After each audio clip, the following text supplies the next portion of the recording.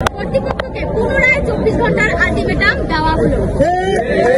যদি আমাদের দাবিসমূহ মেনে না নেওয়া হয় তাহলে আমাদের কর্মসূচি কঠোর থেকে কঠোরতর অবস্থানে যাবে। পরবর্তী যে ভর্তি পরীক্ষা এবং ক্লাস পরীক্ষা প্রশাসনিক কাজ কিছুই কিন্তু হচ্ছে না, 7 কলেজ কিন্তু তালা ঝোলানো থাকছে। আপনারা ইতিমধ্যে অবগত আছেন যে গতকালকে 7 কলেজের শিক্ষার্থীদের বিশ্ববিদ্যালয়ের প্রভিসি শিক্ষা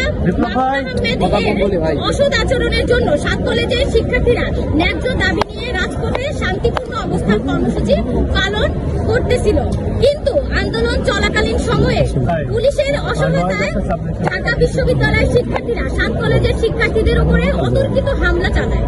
এই হামলায় আহত হয় ঢাকা কলেজের শিক্ষার্থী রাকিব ও আরজু সহ প্রায় অর্ধশতাধিক শিক্ষার্থী। এরূপ পরিস্থিতিতে 4 ঘন্টা আলটিমেটাম দিয়ে ঢাবি প্রভিসির পদত্যাগ ও নিউ মার্কেট থানার ওসি এবং এসি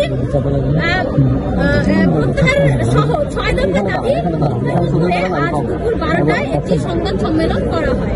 কিন্তু দুঃখের বিষয় হলো ঢাকা বিশ্ববিদ্যালয়ের উপাচার্য আজকে বিকেল 4টার দিকে একটি সংবাদ সম্মেলন করে আমাদের 6 দফার এই 1 দফা আংশিক মেনে নেয়, অন্য গুরুত্বপূর্ণ দাবিসমূহের দিকে আলোকপাত করেননি।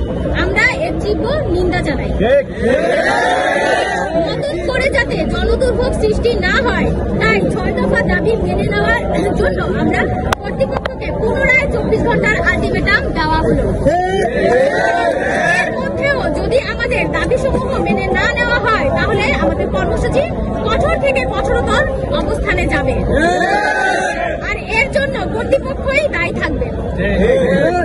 এবং আমাদের প্রভিসির আমাদের যে বিশ্ববিদ্যালয়ের যে কমিটি গঠন হয়েছে সেখানে তিনি একজন সদস্য, তার পদত্যাগের সাথে সাথে আমরা এটাও চাই 24 ঘন্টার মধ্যে সে যাতে কমিটি থেকেও বিতাড়িত হয়। এইরকম অসৎ আচরণ এবং ছাত্রছাত্রী শিক্ষার্থী সুলভ আচরণ না করা শিক্ষকদের এবং এই সমস্ত প্রশাসনকে আমরা আমাদের এই বিশ্ববিদ্যালয় কমিটিতে চাই না।